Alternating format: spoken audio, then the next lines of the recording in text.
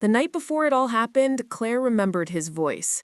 Calm, almost too calm, saying, "Don't push this, Claire. You won't like how it ends." She had laughed, not out of confidence, but to hide the small, flickering fear she felt every time Daniel used that tone. He wasn't the kind of man who shouted. No, Daniel preferred to dismantle people quietly, word by word, action by action, until they realized too late what he had built behind their backs. Their breakup had been brutal, but clean, or so she thought. 2 years of living together, one apartment, one shared business, a digital marketing agency that had turned profitable because of her sleepless nights. She assumed dividing it would be simple. She'd take her half, he'd keep his, and they'd move on. But Daniel didn't see it that way. When she suggested a 50-50 split, he smiled that same unsettling smile and said, "You're not owed what you didn't earn." She ignored him then, too. Ignored the coldness behind his eyes, the quiet warning in his tone. She called her lawyer, filed her papers, and made it clear she wasn't backing down. For weeks, Daniel didn't fight it. He went silent, which somehow made her more uneasy than any argument ever could. He even sent polite replies to her attorney. No sarcasm, no anger, just perfect, sterile professionalism. Then came the email. Her lawyer forwarded it one morning, his tone unusually grim. "Please review the attached documents as your client, Ms. Claire Adams, may not have disclosed relevant financial information during the partnership." Attached was a 42-page legal notice, Daniel's motion to dissolve the business under fraudulent misrepresentation. He was accusing her of hiding revenue, of forging invoices, of siphoning client funds into her personal account. It was absurd. She had done none of it. But the proof looked real. There were screenshots, bank statements, time-stamped transfers that led to an account she didn't recognize, but was listed under her name.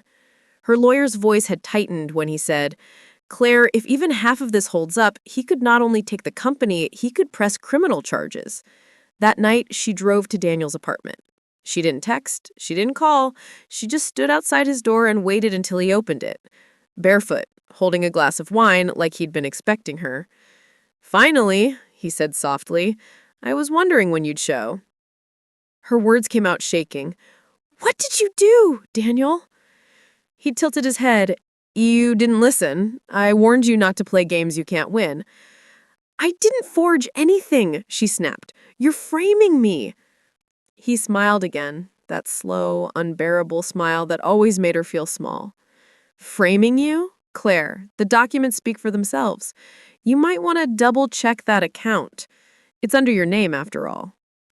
Her phone buzzed as he spoke, a message from her bank app. Her pulse spiked. Against her will, she opened it. $30,000 had just been transferred out of an account she had never seen before, directly into his. Her knees almost buckled. What is this?" Daniel set his glass down.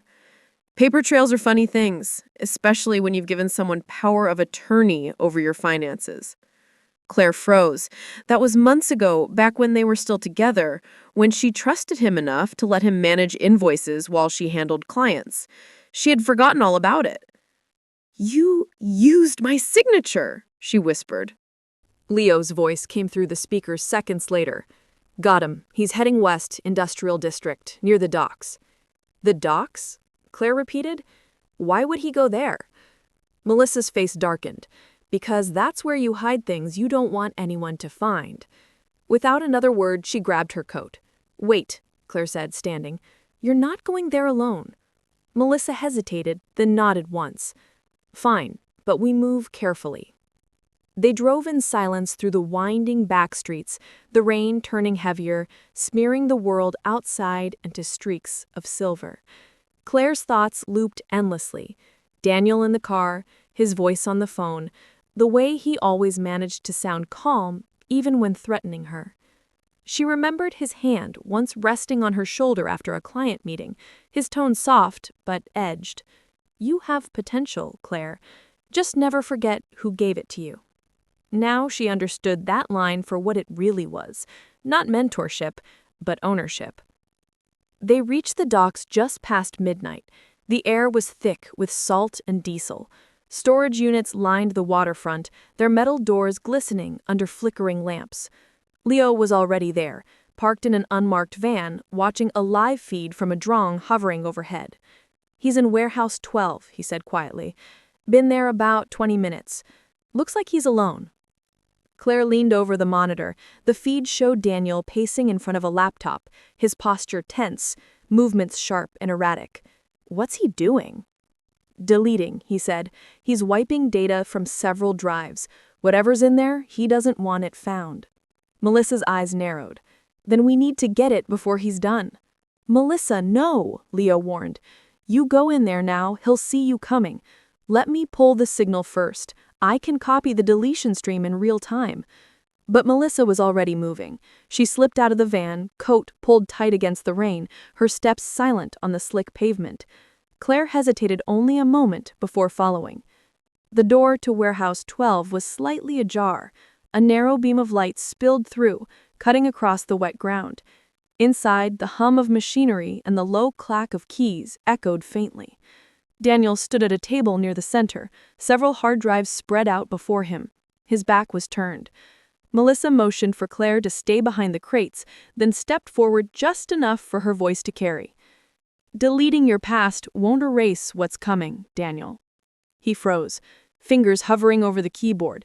Then he turned slowly, a faint smirk curling at his lips. "I was wondering when you'd show up." "Always waiting for an audience," Melissa said. Daniel tilted his head. "And you always mistake recklessness for bravery. Still working with Claire, I assume?" Claire stepped out from the shadows. "You're out of moves, Daniel." His smile deepened. "You think so?" He gestured toward the drives. "Do you even know what's on these? Every conversation, every plan you made with your little hacker friend and your journalist ally, every trace of your conspiracy, all preserved until I decide who to show it to." "You're lying," Claire said, though doubt flickered in her chest. "Am I?" He stepped aside, revealing a monitor filled with folders labeled with her name. "You think I didn't anticipate this? You think I didn't make sure I'd have leverage when you came crawling?" Melissa's voice dropped cold. "Leverage isn't power. It's a countdown. And yours just hit 0. As she spoke, Leo's voice crackled through an earpiece in Claire's ear. "He's connected to our decoy network. I've got everything. Copying now." Daniel noticed the faint glow of Claire's earpiece. His eyes narrowed. "You think you're clever?"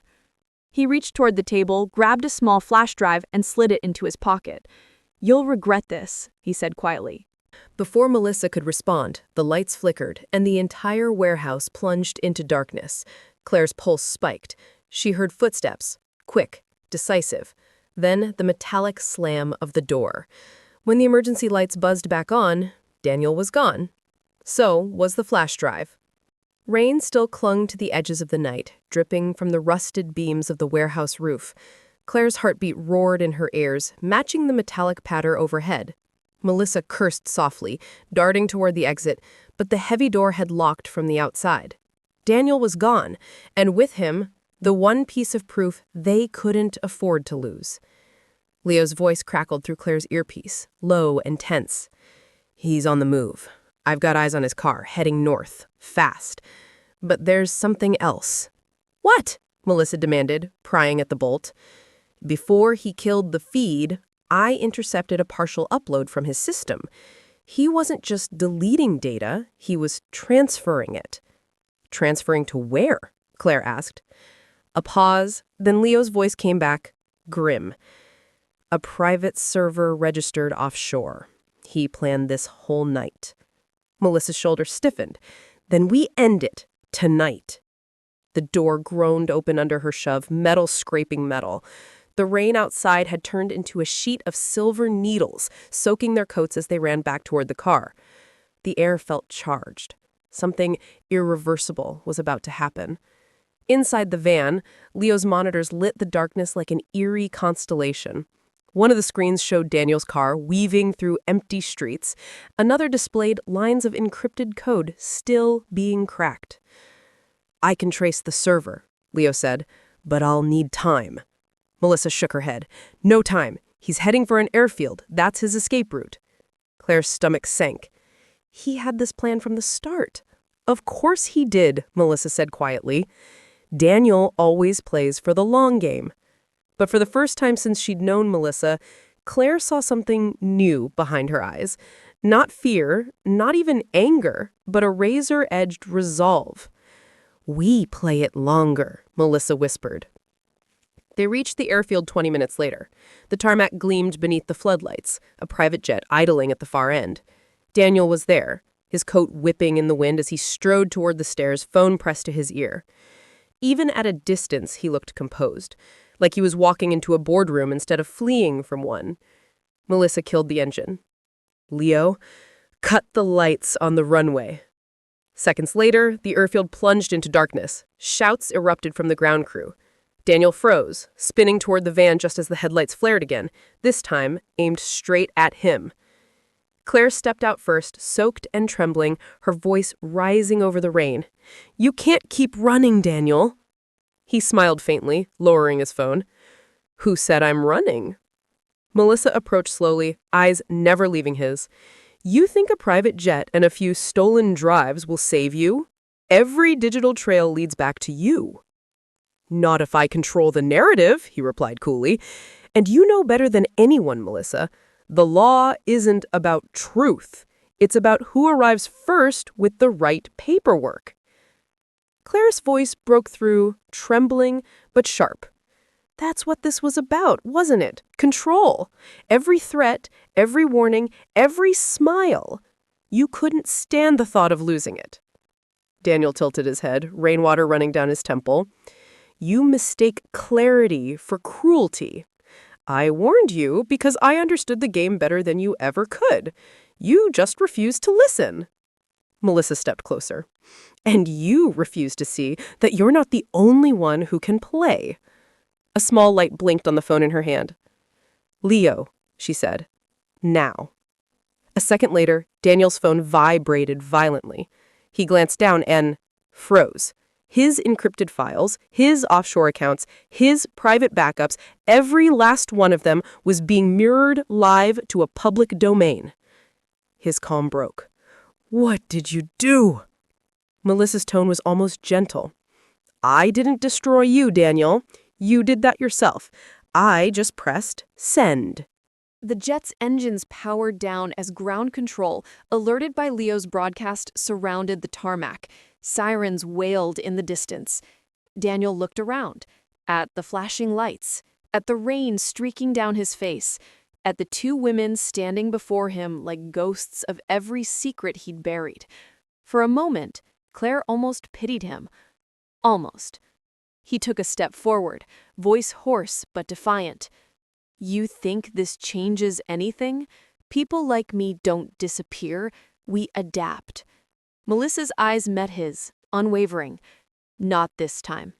She reached into her coat, pulling out a sealed folder and dropping it into the puddle between them. Legal notice, she said. Filed 3 hours ago. Full audit, federal injunction, every piece of evidence we needed. Signed, sealed, and waiting for your name. Daniel stared at the papers floating in the water, realization dawning too late. Claire spoke softly, almost a whisper. You warned me once, Daniel. You said never to cross you. But you never asked what happens when someone stops being afraid. The sirens grew louder, the red and blue lights bleeding across the rain-slicked ground. Daniel's composure shattered completely as officers closed in. He tried to speak, to regain that familiar tone of authority, but the words never came. For the first time, he looked small. When they took him away, the rain finally began to ease. The air smelled of iron and salt and something else, something clean, like the aftermath of a storm. Claire stood there for a long time, staring at the horizon as the first trace of dawn broke through the clouds. Her body ached, her heart heavy, but a quiet strength settled in her chest. Melissa came up beside her. You did well, she said. Claire let out a slow breath. I didn't think I could. Melissa gave a faint smile. You didn't need to think. You just needed to stop letting him write your story. Claire turned to her, eyes wet but steady. What happens now?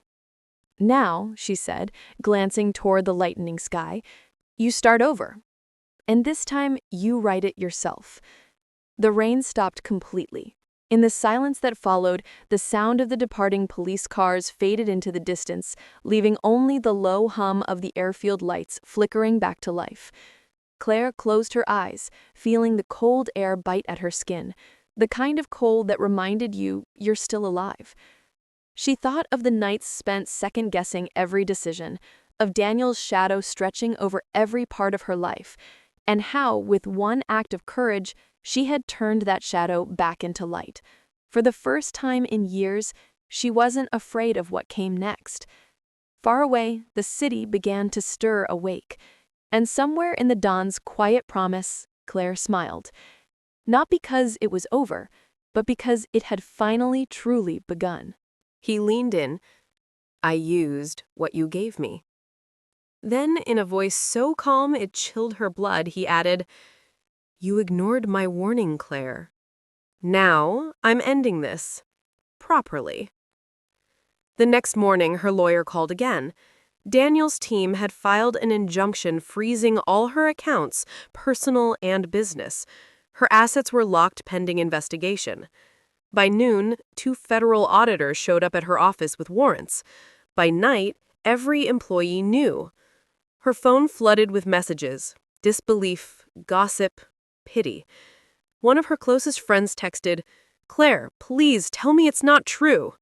She wanted to scream, to tell them everything. But Daniel had done more than attack her legally. He'd destroyed her reputation. And in their industry, perception was power. For days, she barely slept. She dug through every email, every document, every transfer. Somewhere in that chaos, she had to find proof, anything to show what he'd done. Then, she found it.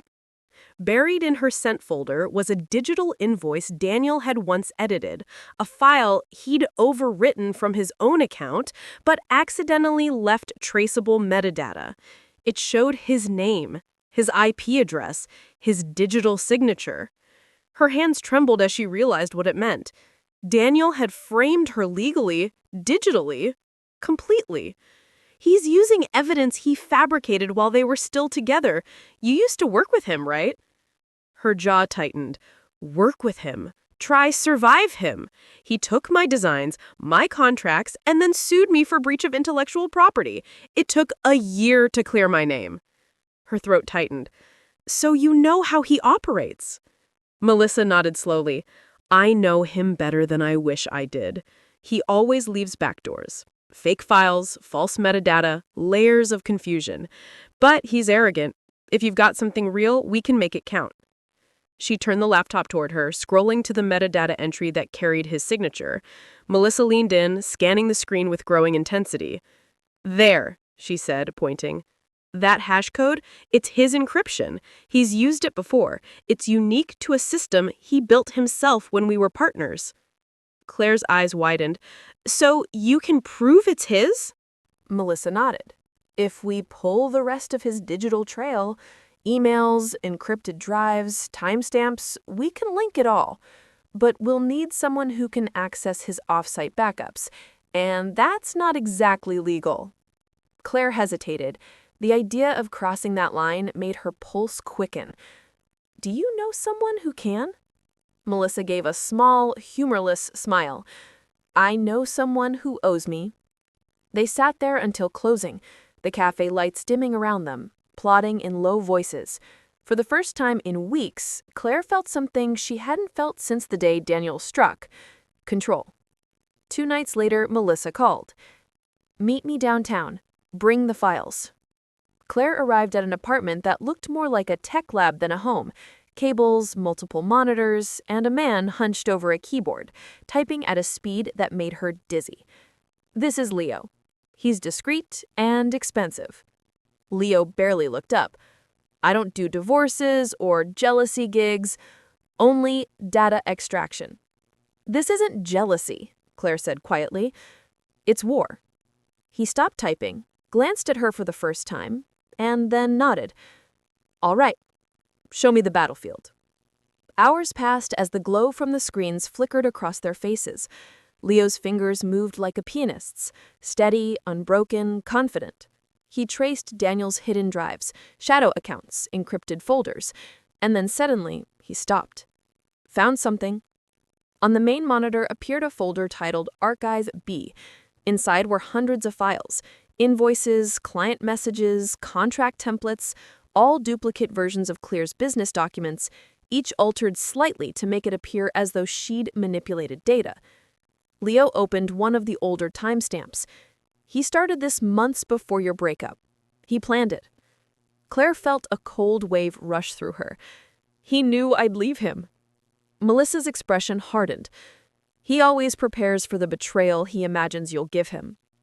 Claire sat down, trembling, but not from fear anymore, from fury. Can we prove he created these? Leo nodded. Absolutely. He forgot to mask the system clock on 2 uploads. Those are traceable. Claire leaned back, breathing unevenly. For the first time, Daniel's perfect wall had cracks. Then we take it to the court? Melissa shook her head. Not yet. You go to the court now, he'll counter with something new. You need to trap him. Let him think he's already won. Claire frowned. How? Melissa said, give him what he wants. Then let him walk right into his own evidence. It was past midnight when Claire left that apartment, the streets empty except for the echo of her boots on the pavement. She thought about Daniel, how calm he was, how sure, how he believed she'd break quietly under his precision strikes. He didn't know she had allies now. He didn't know he'd found his blueprint. The next morning, she sent Daniel a single text. You win, Daniel. I'll sign whatever you want. Just make it end. He replied within minutes. That's wise. Meet me at the office, 5 p.m. The old office, the one they had built together, brick by brick. She hadn't set foot there since he'd turned it into a symbol of her downfall. When she entered, the scent of old coffee and burnt ambition filled the air. Daniel stood near the window, papers on the table, wearing that same polished calm that once fooled her. I knew you'd come around. It's not personal, Claire. You just needed to learn boundaries. She gave a brittle smile. Boundaries. Right. He handed her a pen and pointed to the stack. Sign these, and I'll make sure the fraud claim disappears. She glanced over the papers. Every line was crafted to bury her. Full transfer of ownership, full liability acceptance. It was his masterpiece. Claire picked up the pen, let her hand hover, then looked up at him. You really think you've covered everything, don't you? Daniel tilted his head. I always do. Good, she whispered. Because I'm counting on that. He frowned, sensing something he couldn't name. What's that supposed to mean? Claire didn't answer. She signed the papers smoothly, handed them over, and turned to leave. As she reached the door, she glanced back once. Check your inbox in 10 minutes. Then she walked out. Daniel watched her go, confusion flickering into irritation. He sat down, opened his laptop, and refreshed his inbox. A single new email appeared. No subject, just a video attachment. He clicked. The footage began with a screen recording, his own voice narrating as he forged invoices, his cursor moving across Claire's documents, editing timestamps. The date stamps were clear, the IP address visible, his face briefly reflected in the monitor. Daniel's hand froze on the mouse. In the corner of the video, Melissa's voice could be heard, cold and clear. Smile for the camera, Daniel. And for the first time in years, he felt something alien. Fear. He slammed the laptop shut, breathing hard, as his phone began to ring. He didn't answer. He already knew who it was. Claire. Her name glowed on his screen, but he didn't pick up. The phone buzzed again. Again. Then it went silent. He waited, his pulse hammering in his throat, until the vibration started once more. A text this time. Now we're even, but you'll want to watch the full clip before you try anything stupid. Daniel stared at the message, dread creeping through him like smoke. He reopened the laptop with a shaky breath and hit play again. The recording continued beyond the point he'd first seen. Not just his own actions, but a synchronized feed showing Melissa's computer, timestamps matching his own edits in real time. The metadata was clear. It was irrefutable proof that he had manipulated the files, all tracked through a remote system he'd forgotten still had permissions. He swallowed hard. "She's set me up," he whispered. But deep down, he knew that wasn't true. She hadn't set him up. He'd done this to himself. Across town, Claire sat in her car outside a quiet legal office, the glow of her dashboard clock ticking toward midnight. She hadn't planned to sleep. Not yet. Not until every piece of what she and Melissa had built was in motion. She checked her phone. A message from Melissa appeared. "Transfer complete. Files mirrored to cloud. Safe copy stored offshore. He'll realize he's cornered soon." She typed back, "He already has." But even as she sent it, her stomach twisted. It wasn't over. Men like Daniel didn't just surrender. They retaliated. Always with precision, always with venom. She exhaled slowly, gripping the steering wheel until her knuckles turned white. "Stay one move ahead," she muttered to herself. Inside his office, Daniel poured himself a glass of whiskey, his mind racing. Every plan he had made was now collapsing. He'd built his legal empire on control, knowing every variable, predicting every reaction. Claire wasn't supposed to fight back. She was supposed to panic, to crumble. But she'd learned. She'd learned too well. He sat down, staring at the papers she had signed. They were worthless now. Forged victory and a battle that had already turned. Then an idea flickered. He didn't have to fight in court. He could discredit her before it even reached that point. Destroy her credibility. Paint her as vengeful, unstable, manipulative. If he moved fast enough, he could still salvage something. He grabbed his phone, scrolling through contacts until he found one labeled J. Larkin. Press. "Larkin," he said when the voice answered, "I've got a story for you. Fraud, digital sabotage, revenge. Make it loud. Use her name." There was a pause. "This is about your ex-partner." Daniel's smile returned, faint but steady. "Yes, she's trying to destroy me.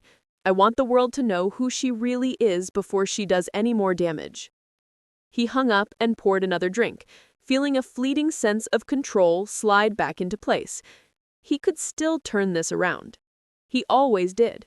But across the city, Melissa was already several steps ahead. She'd seen men like Daniel try to bury stories before, the kind who weaponized image and influence. That's why she had reached out to someone else the moment Claire left her apartment, someone who didn't work for the press, but against it. A journalist named Ray. Investigative, unbought, and fearless. Now, Ray sat in her dimly lit studio reviewing the footage Melissa had sent. Her eyes widened as the screen showed Daniel's reflection, his voice describing exactly how to falsify metadata. He's cooked. Completely cooked. She opened her notes and began typing. When Claire arrived an hour later, Ray didn't waste time with introductions. "This is nuclear. You're sitting on a scandal that could end his entire firm. But if we go public, he'll retaliate. Are you ready for that?" Claire hesitated. She thought of the office she'd built, now emptied, her name dragged through whispers, her friends who had stopped returning calls. Then she thought of Daniel's voice. Calm, dismissive, certain. "Yes," she said. "I'm ready." Ray nodded once. "Then we move fast." They spent the next several hours cross-referencing timestamps, verifying signatures, building a timeline that no one could dispute.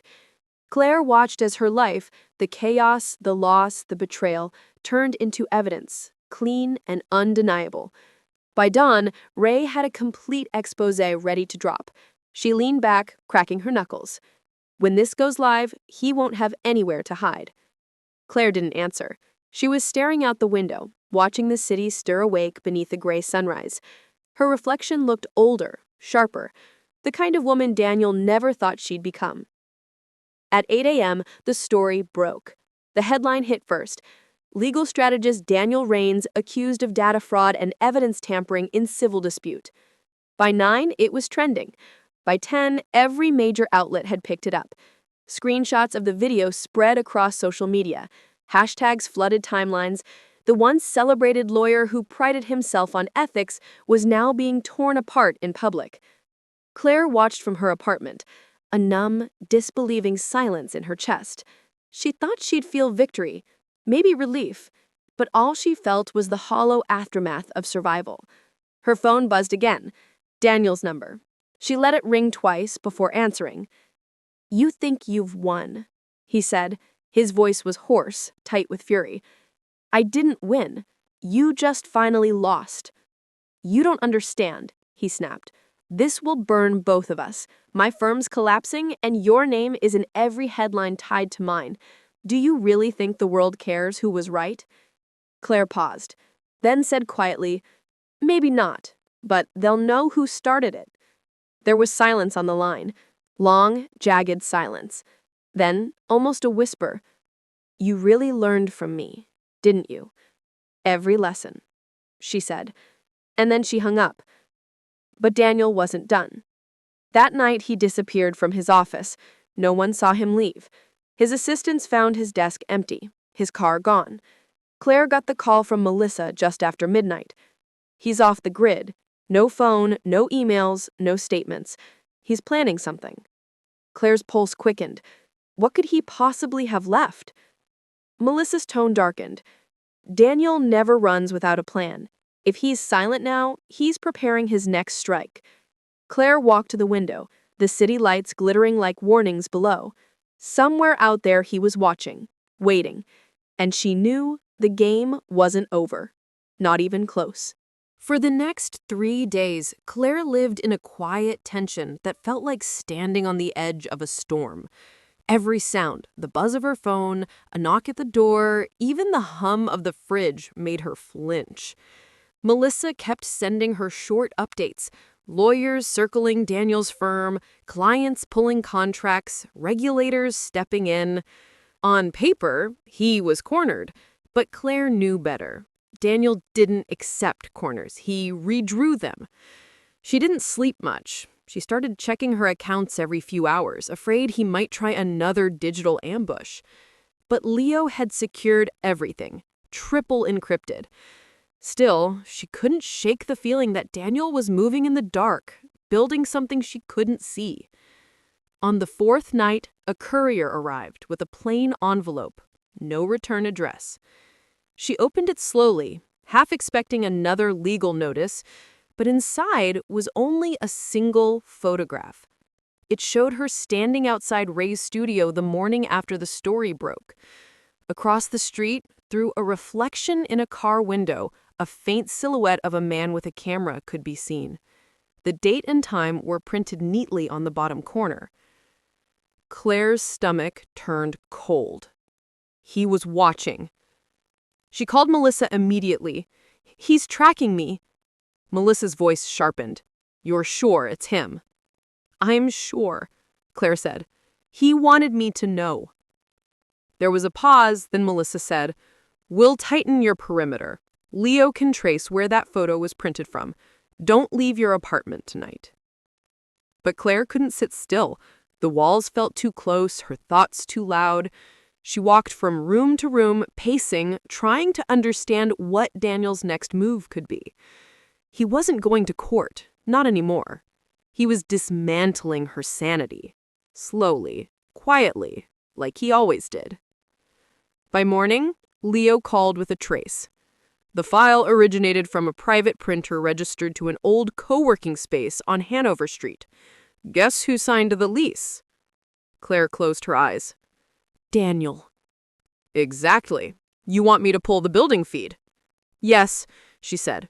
Every camera. Hours later, they had him. Clear footage of Daniel entering the space 2 nights ago, carrying a briefcase, staying for hours, leaving just before dawn. Melissa frowned at the footage. He's staging something. Or hiding something, Claire murmured.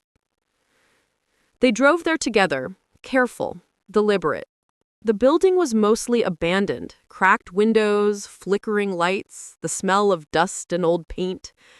The door to his rented room was locked, but Melissa had never been the type to wait for permission. One swift strike of a crowbar and the latch gave. Inside was a war room. Papers pinned across walls, red strings connecting names, companies, dates. There were screenshots of news articles about Claire and Ray, photos of Melissa, even a printed diagram of Leo's encryption system. And in the center of it all, a corkboard with a single heading in Daniel's handwriting: contingency. Claire felt her pulse roar in her ears as she stepped closer.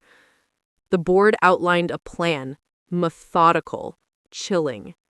It listed legal loopholes, international transfer routes, a list of journalists marked as sympathetic, and beneath it all, one simple line: Phase 3, infiltration. Melissa's voice dropped. He's building a counter-narrative, maybe even something worse. Claire picked up a folder from the desk. Inside were fabricated messages, fake conversations between her and Ray, doctored screenshots suggesting they'd conspired to falsify evidence. He wasn't trying to fight the story. He was trying to rewrite it. He's going to flip the whole narrative, Claire whispered. Make it look like we framed him. Melissa's jaw tightened. Not if we get there first. They took photos of everything, every page, every thread, every name, then left before anyone could notice. Outside, the morning sun had begun to cut through the clouds, but neither of them felt lightened. When Ray saw the evidence later that afternoon, she swore under her breath. He's dangerous. If he pushes this out, even a whisper of doubt could ruin the case. We need to go public again, with proof of this room. Claire hesitated. If we expose that, he'll know we broke in. He'll use it to cry foul. Ray looked up. Then we leak it anonymously.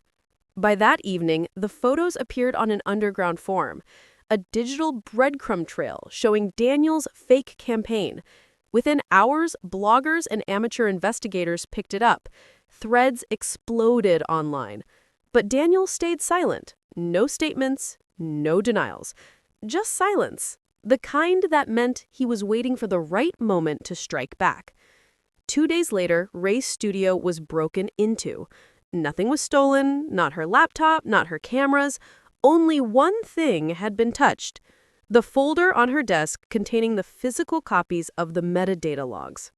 It was gone. Ray called Claire in a whisper. He's sending a message. He knows how close we are. Claire's breath caught. What do we do? We keep moving. The backups are safe, but he's showing he can reach us. Be careful. That night, Claire didn't go home. She stayed at Melissa's apartment, staring out the window at the city that felt suddenly predatory. She wondered how Daniel had become this, or if he'd always been. Every time she thought of his calm face, his measured tone, she realized she'd never really known what he was capable of. Around 2 a.m., her phone buzzed again, an unknown number. She shouldn't have answered, but she did. Still not over, Claire, Daniel's voice said quietly. You think you can erase me with headlines? You've only painted a bigger target on your back. Her heart pounded. What do you want? To remind you, he said, that I don't lose. Then the line went dead. Claire sat frozen, phone still in her hand. Melissa appeared from the hallway, bleary-eyed but alert. Was that him? Claire nodded. He's planning something bigger. I can feel it. Melissa sat beside her. Then we don't wait. We strike first. How? Melissa reached for her laptop. He's hiding behind systems, accounts, and lawyers. But every move he makes leaves a trace. We find his next transfer, his next message, his next contingency, and when he pulls the trigger, we'll already be holding the proof. Outside, the night deepened. Somewhere in the maze of the city, Daniel was moving again. Quiet, invisible, deliberate. And as Claire watched the glow of Melissa's screen reflect across her face, she knew one thing with absolute certainty. This was no longer about justice. It was about survival. Melissa worked in silence, the rapid rhythm of her typing filling the dim room. Lines of code scrolled across the screen like streams of thought. Encrypted strings, IP pings, packet traces. Claire sat beside her, clutching a mug of untouched coffee, her eyes heavy but wide awake. Each minute stretched thin with tension. Every few seconds, Melissa's expression changed. Concentration, frustration, then the faint flicker of triumph. "There," she said, finally. "I've got something." He's routing his communications through a proxy in Prague. But look at this. On the screen appeared a digital fingerprint, a trace pattern too familiar. That's Daniel. He's moving money again. Multiple small transfers, all in crypto, all tagged under a project name, Horizon. Claire frowned. What is Horizon? Could be anything, Melissa said. A shell company, maybe? Or something worse? Leo's name popped up on her phone just then. Melissa put him on speaker. "I've been monitoring his old firm's servers. Someone tried to access their backup cloud this morning using your credentials, Claire." Claire stiffened. "My credentials? But those accounts are dead." "Not the ones he created for you," Leo replied. "The ghost accounts.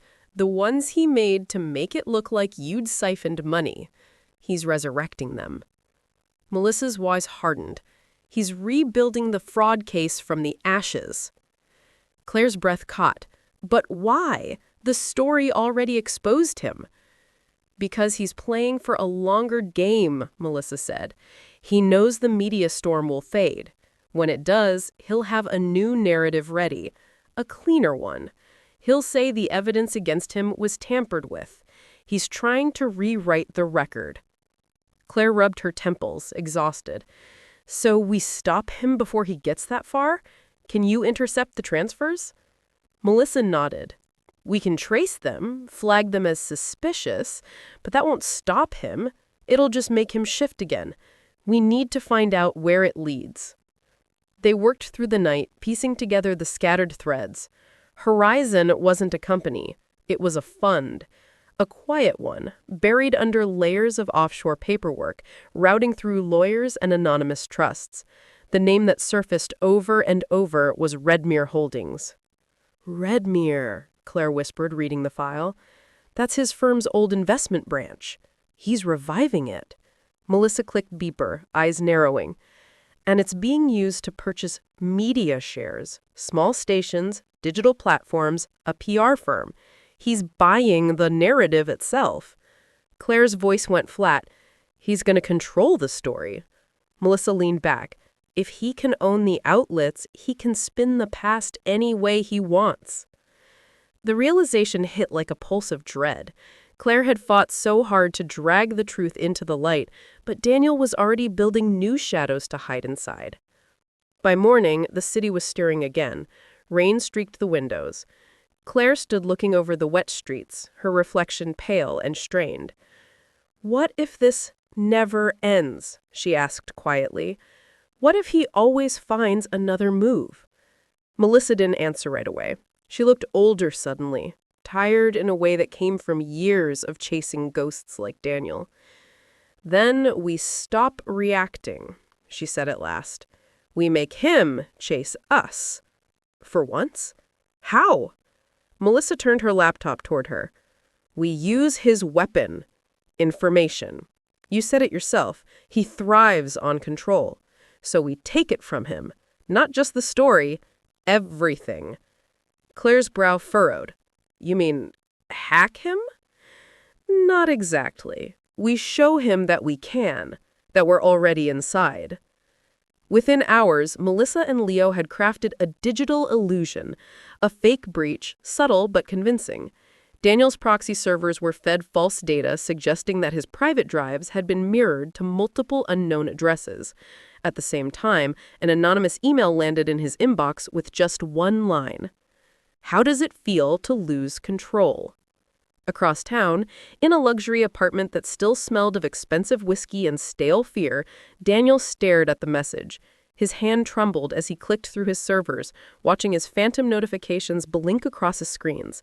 Access logs, mirrored IPs, false login attempts.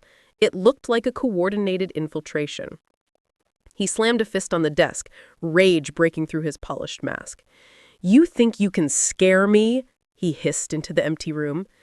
But the longer he looked, the more he realized whoever had done this wasn't bluffing. They'd left trails only someone close to him would know how to create. And that terrified him. He closed his laptop, grabbed his phone, and called a number he hadn't dialed in months, a private investigator named Arden, the kind of man who worked in silence for obscene amounts of money. "Someone's inside my system," Daniel said. "I want names, locations, everything, and I want it yesterday." When the call ended, he stared out at the skyline, jaw tight. "You want a war, Claire?" he muttered. "Then you'll get one." Meanwhile, Claire was already several steps ahead. She and Melissa had gone to Ray's studio again, this time not for interviews, but for silence. The journalist had agreed to go dark temporarily to let Daniel think his plan was working. They mapped out their next move carefully. Every transfer he made would be mirrored in real time, every communication flagged. Leo had built a digital snare, invisible, patient, waiting for Daniel to make one fatal mistake. But as the night wore on, Claire's thoughts began to drift. Beneath the anger and exhaustion, something colder had taken root, a kind of understanding. Daniel wasn't just malicious, he was obsessed. Not with winning, but with her. He'd built this entire labyrinth around their story, twisting it, feeding it, making it endless. And part of her feared that even if she won, she'd never really be free of him. Around 3 a.m., she stepped out onto the balcony. The city air was sharp, wet, and electric with distant thunder. Below, headlights smeared like streaks of light on the soaked pavement. She closed her eyes, trying to breathe, but her phone vibrated again, an email. No subject, no sender.